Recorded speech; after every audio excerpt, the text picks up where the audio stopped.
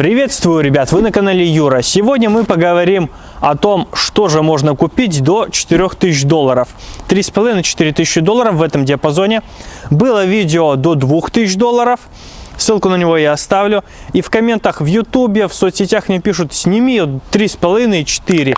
И я считаю, это более актуальная концепция, диапазон цен, потому что когда вот недавно покупал свою машину, я рассказывал в видео то, что когда снимали с учета, получал транзиты, львиная доля автомобилей, это все равно автомобили с 95 по 2002-2003 и примерно в этом диапазоне цен. То есть вот 70-80% машин моя была там одна из самых дорогих. Поэтому я понимаю, что людям, большинству это ближе. Поэтому я составил свой топ-10. Все машины туда, конечно же, не вошли, поэтому вам будет что дополнить в комментах. И досмотрите это видео до конца, в конце видео будет бонус.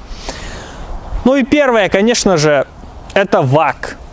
На первом месте ВАГ. Я не буду здесь делить Seat, Skoda, Volkswagen, Audi, это все концерн ВАГ, поэтому обобщаю сразу это все. За этот бюджет вообще весь топ я делал от 2000 года. Я уже не брал 96-7 год, вот этого старые машины. Все равно 2000 год и так уже машины старые, уже 22 года, а сейчас вот через неделю наступит Новый год, уже машинам еще на год больше исполнится, поэтому 23 года уже и так достаточно старые машины. Поэтому я брал только от 2000 и выше. И это Seat Cordoba, Skoda Octavia первая. Насчет Volkswagen, это 4-й Golf, Jetta, Borod продавались тоже от 2001 года. Skoda Octavia 1.6 бензин, там 3,650, 3,700, вот так, по-моему, уже. 4-й Golf и Bora 2000 года на 1.8 бензин за 3,750. 2002 года 2.0 бензин за $4000 Jetta стояла. То есть вот в таком ценовом диапазоне вот такие вот машины будут. Конечно, можно взять и Volkswagen Polo, ну, ниже классом и покомпактнее. Я более, скажем так, более габаритные машины выбирал из всего. Но и Seat вот Cordoba. И либо найдете Toledo, но Toledo в такие деньги тяжело. Но Toledo, в принципе, можно, но их просто мало. Но Toledo тоже отличный автомобиль. По Audi вы не найдете, потому что есть исключение. Стоит 2002 года Audi 1.8 турбо, A4 B6, 1.8 турбо. По гирлянде горит все, что может гореть. 3700, по-моему, машина стоит, если я не ошибаюсь, я уже не помню. Я точнее цену потом вставлю. Да, есть вмятины, российский учет. Короче, эта машина идеально для проекта, но не для обычного человека, который покупает машину, чтобы на ней ездить. Ее нужно купить, привезти на эвакуаторе и восстановить. Потому что если на ней ехать, потому что там горит масленка, скорее всего, уже давление топлива упало. Как я в обзоре рассказывал про 1.8 турбо, то через кольцо все масло может вытечь, к чертовой матери, видимо, там это и произошло, через маслоотделитель. А 4 B5 я в объявлениях не увидел, были только дорестовые, 99 года, тоже за 3 800, за 4000. Но львиная доля автомобилей это А6 C5, далеко не в идеальном состоянии, к которым тоже нужно руки приложить. И все Audi это 98-99 года, вот именно до 2000. Поэтому из Audi выбрать что-то проблематичное. Единственное, что было А3. Audi такой же я снимал, только пятидверную дизельную, было 1.6 бензин 2000 года за 3 900. Вот. И все, по Audi тяжело что-то найти. На втором месте Citroёn C5, первый дорестовый. Я снимал первый рестовый, но вот за этот бюджет 3 500-4 тысячи долларов первых дорестовых достаточно в продаже 2001-2002 года. Единственное, что у них, у большинства автомобилей не работает ручник. Там ручник на передние колеса, и вот большинства он не работает. Многие просто забивают.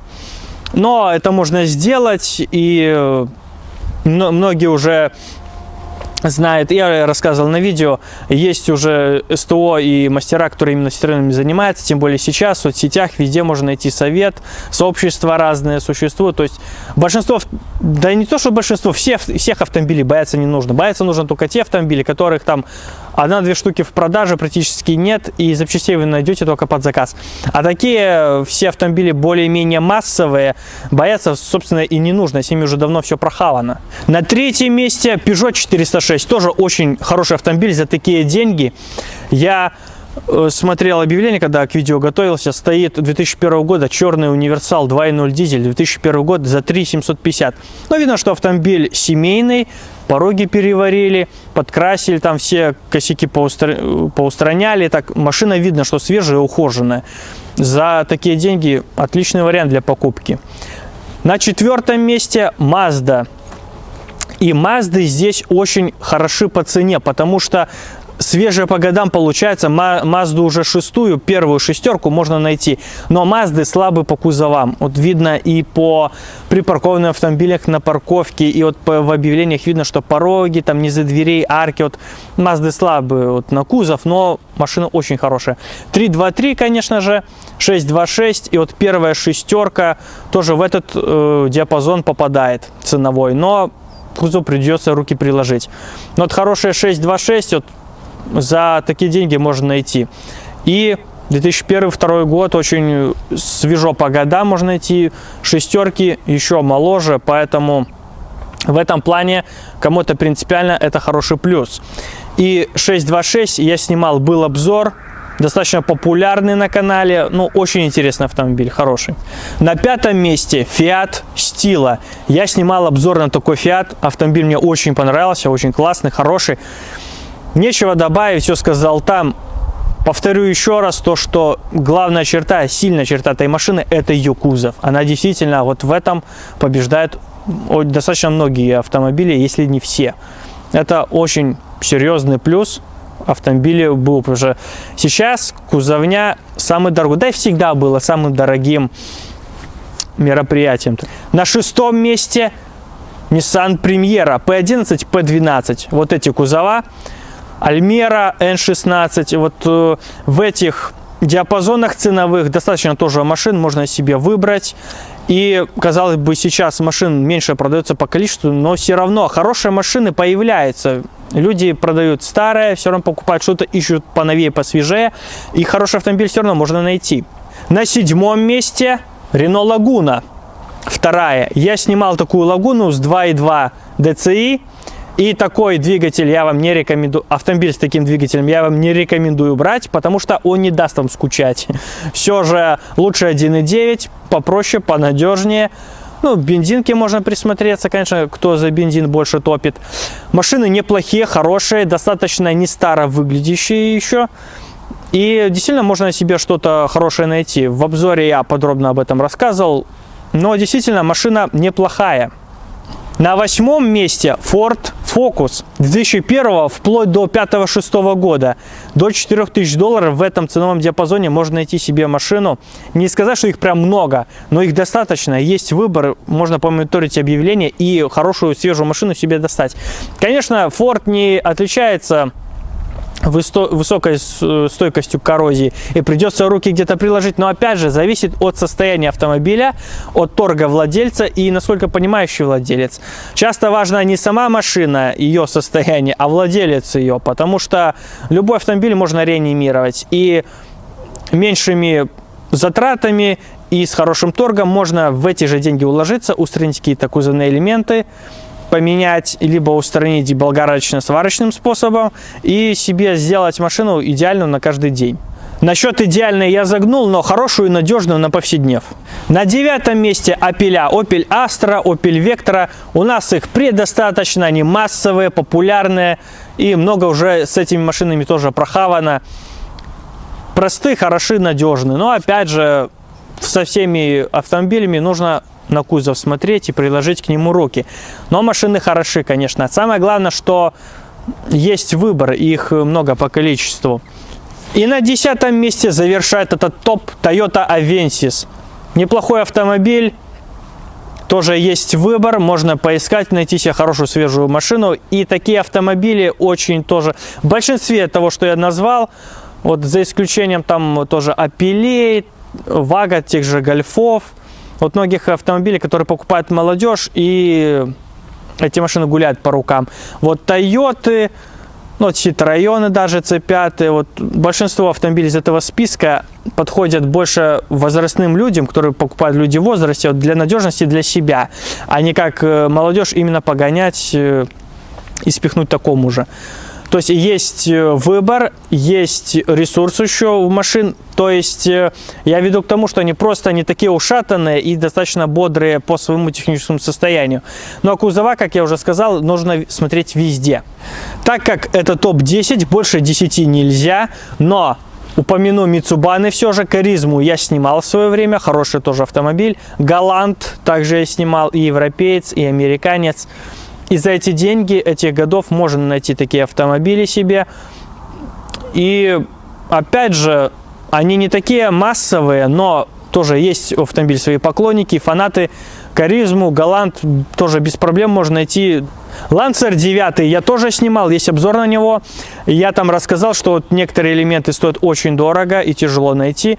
Но за такие деньги Lancer 9 можно найти хороший, достаточно свежий и бодрый. И автомобиль тоже не такой же и старый. 5-6 года можно найти 9 Lancer за такие деньги.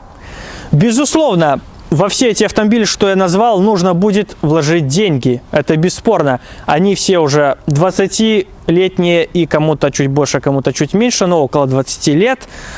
Не нужно рассчитывать и надеяться, что вы купите идеал. По-любому нужно будет тратить деньги. Куда больше, куда меньше, это уже зависит от конкретного автомобиля, который вы купите.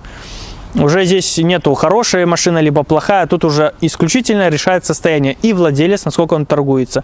Есть исключения, конечно же, есть, да. Вот я снимал около года назад Fiat Marea 2002 года, дизельный Fiat.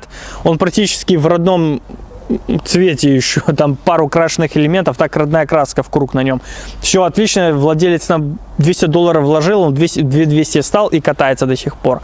Все нормально, да, там владелец умер, и машина не нужна была, потом ее продали так по-быстрому, чтобы не заниматься продажей, бросово так спихнули и все, да. Поэтому бывают такие ситуации, но это скорее исключение. А основная масса в любом плане будет требовать вложений. Поэтому нужно рассчитывать на это. И опять же, я хочу сказать, ну вот мое мнение, если вы такие, как я, что я люблю зайти в магазин, чтобы запчасти были всегда в наличии, либо крайний срок, завтра утром все будет. И желательно, когда вот больше запчастей, больше выбора. Поэтому я рекомендую не покупать ровер и такие вот машины, больше корейцев старых и, может быть, даже и японцев, потому что они сожрут вас по деньгам, будут одни и те же запчасти будут дороже, чем у конкурентов других автомобилей таких же годов за такую же цену, и вы просто, может, устанете ждать заказа. Вы будете заказывать запчасти, будете ждать и долго, и машина будет стоять. Я не сторонник такого, поэтому я больше за массовые автомобили. И это важно, особенно для БУ. А конкретно для старого БУ. Это главный аргумент. Больше автомобилей по количеству, больше выбора, больше запчастей на разборках и на всяких сайтах продаж, ну, от владельцев, и больше аналогов китайских, там, разных производителей на рынке. И какой же бонус? Семейных людей, я думаю, будут интересовать минивены, потому что сейчас уже мода от минивенов уходит, больше на компакт-кроссоверы люди набрасываются, но все же минивены колесят по нашим дорогам. И минивены это, конечно же, Galaxy Charan Alhambra, но это уже будут дорестовые, потому что рестовые уже 2001 года, 2 вот эти вот годов, ну и рестовые в 2000 году, потому что старые и новые в 2000 году поделили год пополам между собой. Рестовые уже, как правило, не получится, либо будут уже замученные экземпляры, а до реста это больше вы возьмете, да, уже 98-99 года. Opel Zafira, первый, который наиболее популярен, Сценник, Renault Сценник, можно уже взять и рестовый, 2001 года, 2 уже за эти цены есть. Renault X-Spice, если по ренухам. Также Fiat Scudo, Peugeot Expert, вот эти вот минивены, недавно продавался, очень хороший такой свежий экземпляр. За эти деньги также Peugeot 806, Citroёn Ovation, вот эти вот машины. Пишите свое мнение в комментах, пообщаемся, поспорим, какой топ вы бы сделали и что для вас более актуально. Хочу поздравить вас с наступающим 2023 годом. Здоровья, счастья, благополучия вам пожелают ваши близкие. Я с удовольствием присоединяюсь к этим поздравлениям. Хочу пожелать вам купить автомобиль, который вас интересует, который вам больше всего нравится. Не самый дорогой, там, может, не самый комфортабельный, а то, что именно вас интересует, то, что вам хочется себе купить. Желаю вам купить и ездить на нем. Встретимся уже в 2023 году. Спасибо большое за внимание. Ставьте лайки, подписывайтесь на канал. Увидимся. Счастливо!